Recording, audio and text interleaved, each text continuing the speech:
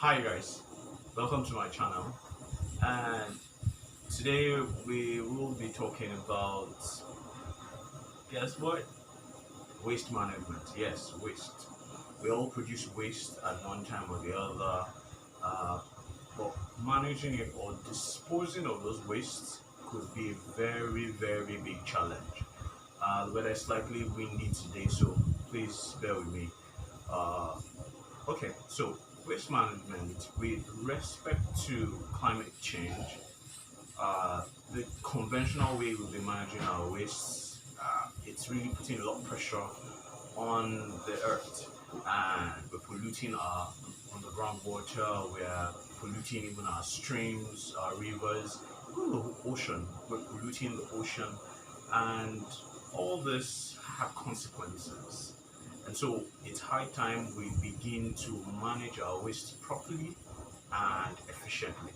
So, in managing our wastes, now you have an urban farm, and in managing the waste you are going to generate, you have to be it's slightly tricky because certain waste you can't even deal with. You can't, there are no options at the moment. The options that are available are still putting pressure, and those are the nylons, the plastics that you generate. You can always reuse them, but recycling them is slightly expensive at the moment. So I'll be talking more on the organic waste that you generate, your kitchen scraps, and all that.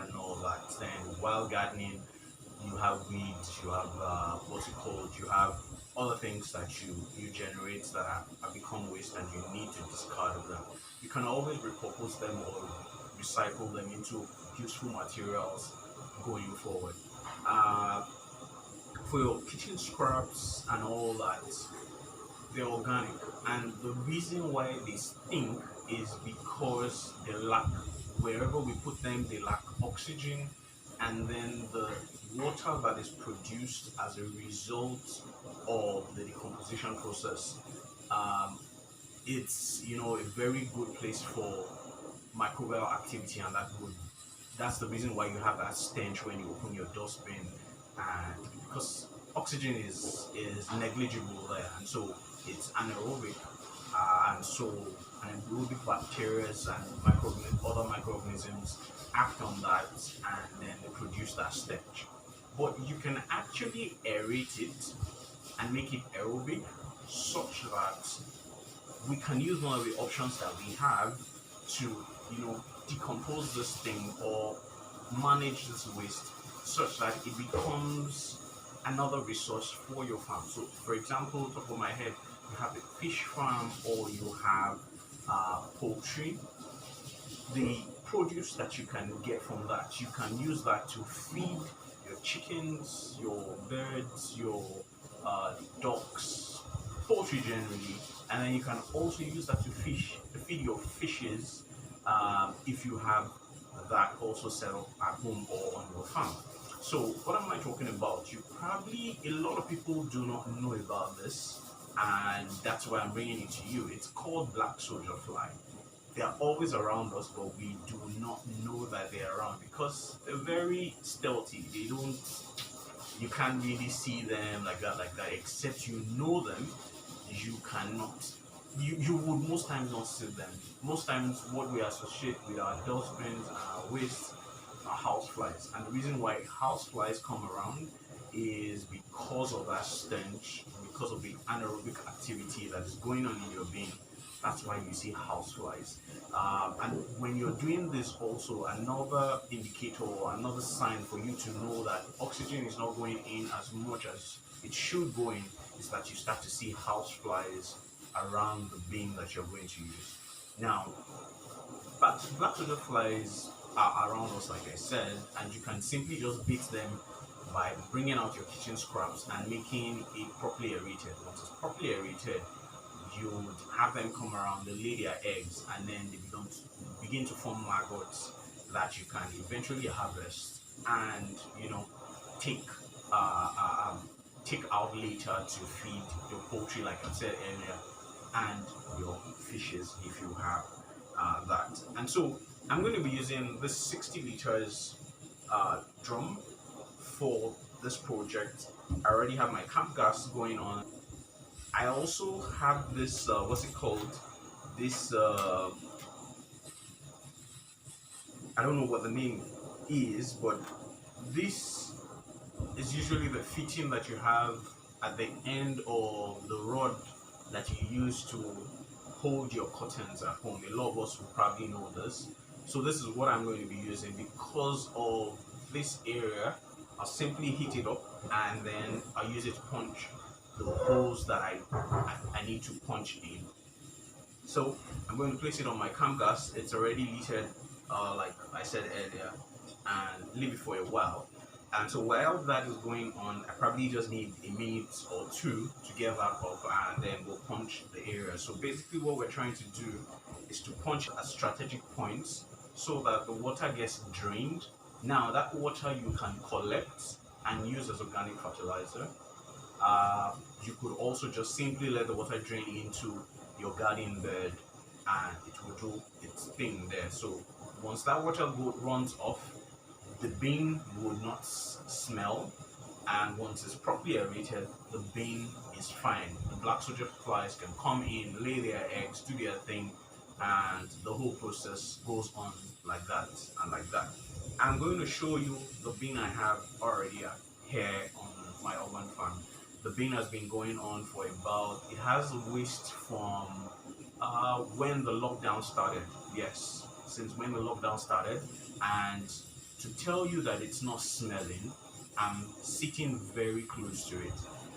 It's right over there. The green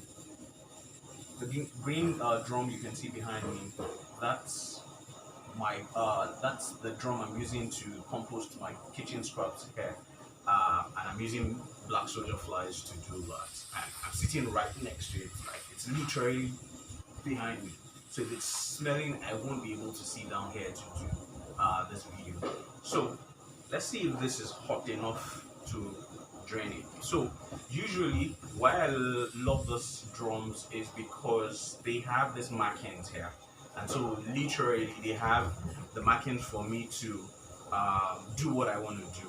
So what I normally do is once I pick the first point, so if this is my first point, I simply skip the next column and go to the next, right? So if I drill here or if I punch the hole here, I won't punch here, I simply come here and punch again. And so I'll be skipping one column and go to the next and go to the next and go to the next like that till I get it around the bucket. So let's see if this is ready.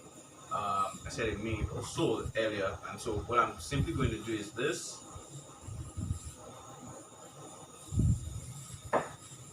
It's not ready, it's not super hot yet. Once it's super hot, I don't have to apply pressure, it's just simply going to go in and I'm fine. So after I drain the bottom area, now another thing with where the markings where you have to have it is that this drain area, because the water is going to be there and you don't want the stench, you don't want house flies to make a mess of your garden or your urban farm or your farm or your living area. What you have to do is you have to make it close enough to the bottom such that if you're going to bury it or if you want to collect that water, you can easily cover it up. So for me, I always look at about an inch or two and then do that around that, so that once I put it into my garden bed, I can always fill it with soil, and the soil would mask it and the house flies will not be able to do any damage. Another thing is if you're going to do your beds, if you're going to use the beds to cover it, you also have to do it in such a way that when it rains, the the distance from the surface to that hole is it's slightly deep, so that the rainwater doesn't open it up and then the mess you're trying to avoid eventually happens. So once that is done, once we drain around it, you also want to add some like one or two holes at the top.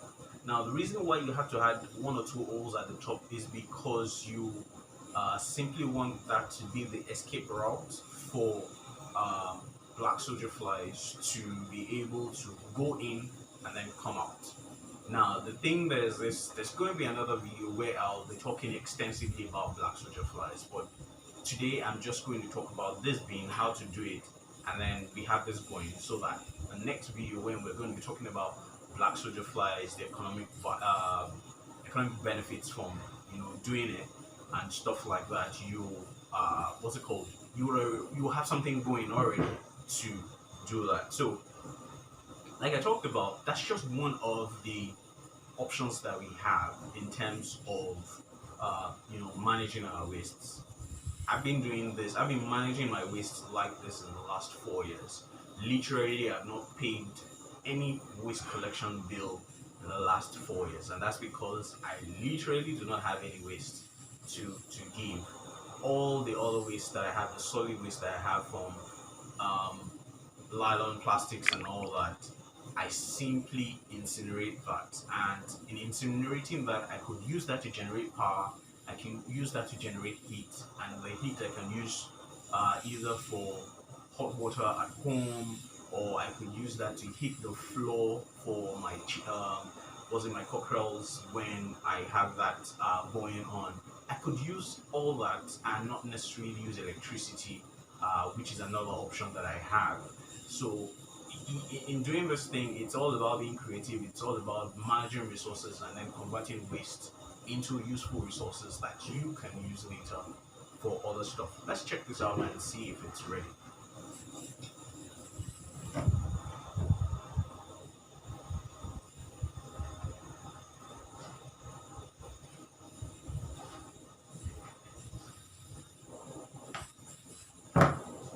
Yes, the first bowl is in, but it's not so hot yet, so let's still give it some time to heat up. And then you also have to be very careful in doing this because this thing is going to be very hot. So that's the hole. I'm going to do it round. So since I've done this, I either come to the next one here or I go to the next one here. So let's give it some time to get up. So while we're waiting for this, another option that we have is called vermiculture. Now, you're wondering what's that, right? Vermiculture basically is you using earthworms to compost your waste. Yes, earthworms. You usually come out in the morning for those that do not have concrete flooring, and even when you have concrete flooring or interlocks, you once in a while see them when it rains, right? You see the earthworms wriggling around and stuff, and you wonder what benefit these guys have. The last time I went to one of the farms in the rural areas, I saw this lady in the rural area.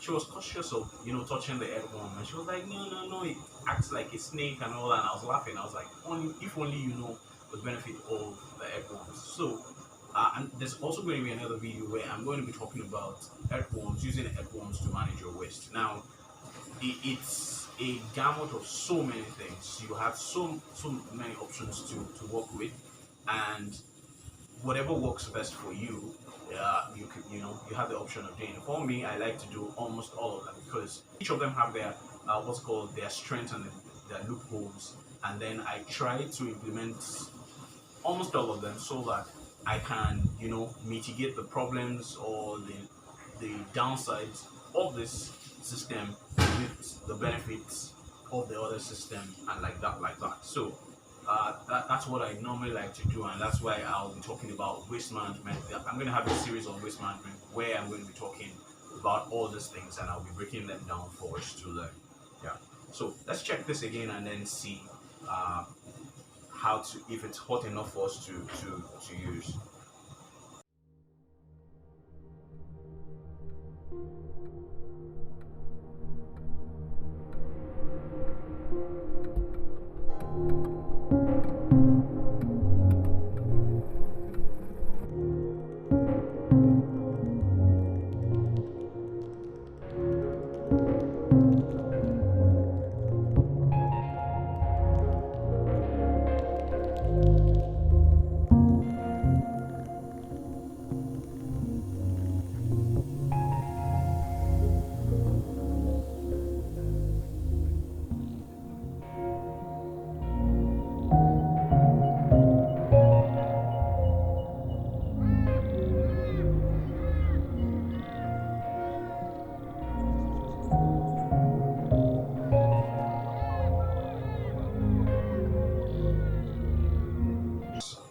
can see it, we already have it all round.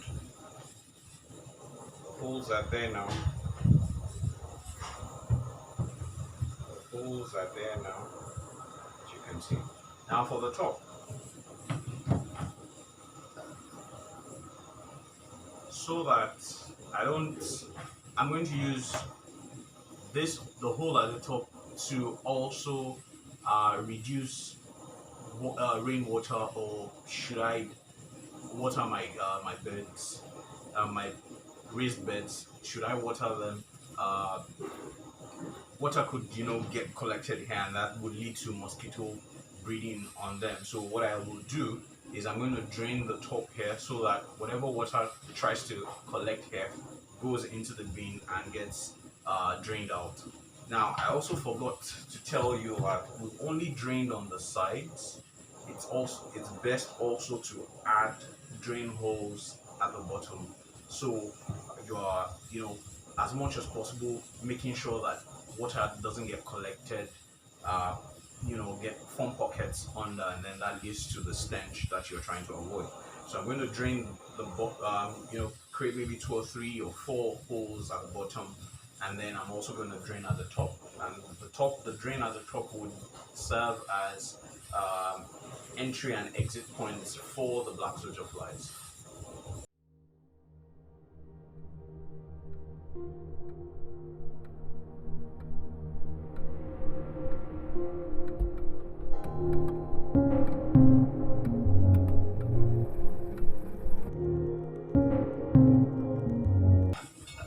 Done and dusted. I already have it, and I seem to like the style that I made here. I made a full hole here, and then I made partial holes here, so that way I can manage the entry and exit. So most likely they would go in through this point and then exit through this point. So that's covered. I simply just have this left, and then once I'm done with this, I'm going to show you the pit that the bucket I have already going on, and it's slightly full. And I'm going to advise you, if you get irritated easily, you can skip.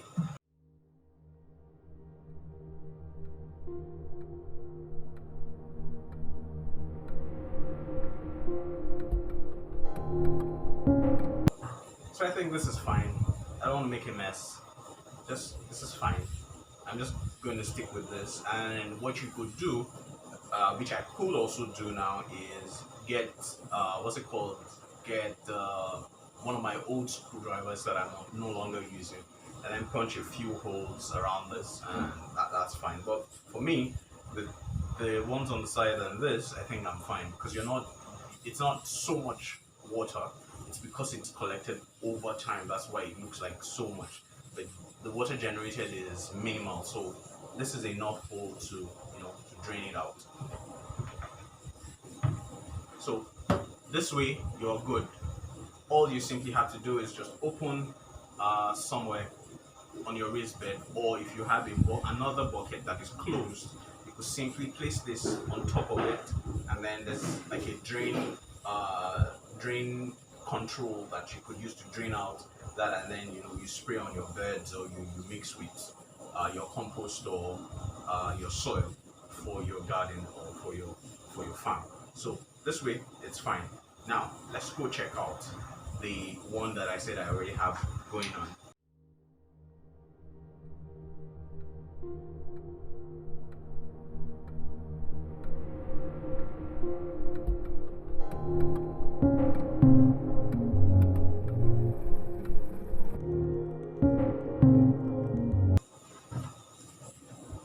Welcome back. So if you enjoyed all that you saw and it's been helpful, if you've learned 1 or 2 from it, kindly subscribe to our channel, where you'll get so much more. And I promise to finish up the series on what's called waste management, and you will be able to learn more as we go forward in the series. Thank you very much. See you soon, and stay safe.